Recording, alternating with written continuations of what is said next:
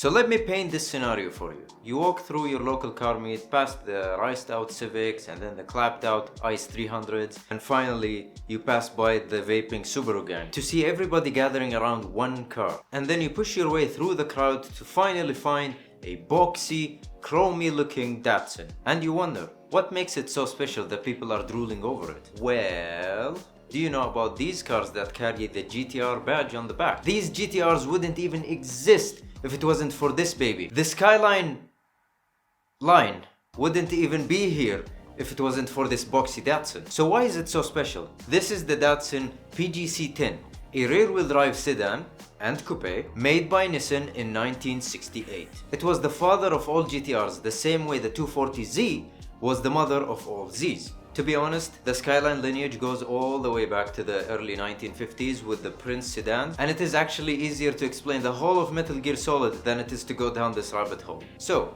we skip a few generations and we talk today about the Nissan/Datsun C10, which is what the boxy Datsun we're talking today about was actually based on. It was a four-door sedan designed by Nissan's Shinichiro Sakurai in the 1960s. Him and his team stepped into the designer's room and came out with this amazing boxy yet sleek and contemporary body design that was later on called the C10. And in Japan, people referred to it as Hakosuka. Hako meaning boxy, while Suka was short for Skyline. Hakosuka, the boxy Skyline. The first batch of 1968 showcased the C10's four-door variants with a 1.5 or a 1.8 liter straight six. And it was only a year later, in 1969, nice, that Nissan decided to put the S20, a 2-liter straight six engine, into the Hakosuka to create the first car to ever hold the title of the Gran Turismo racer, the GTR. The 2-liter straight six engine coupled with the 5-speed manual, which was unheard of at the time, went out racing. It won 50 races throughout the next 2 years, in which 33 of them were consecutive wins. And just when you think that was it, it went to Hokkaido, the most northern region in Japan,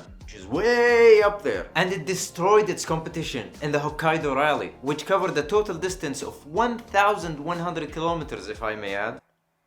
What? But things were only getting better for the good old Hako, because a year later, in the year 1970, Nissan made a two-door version of the Hakosuka, and everyone fell in love with it. Kids back in the day had covered their rooms with posters of this thing. I mean, even I had a poster of it back in 1971.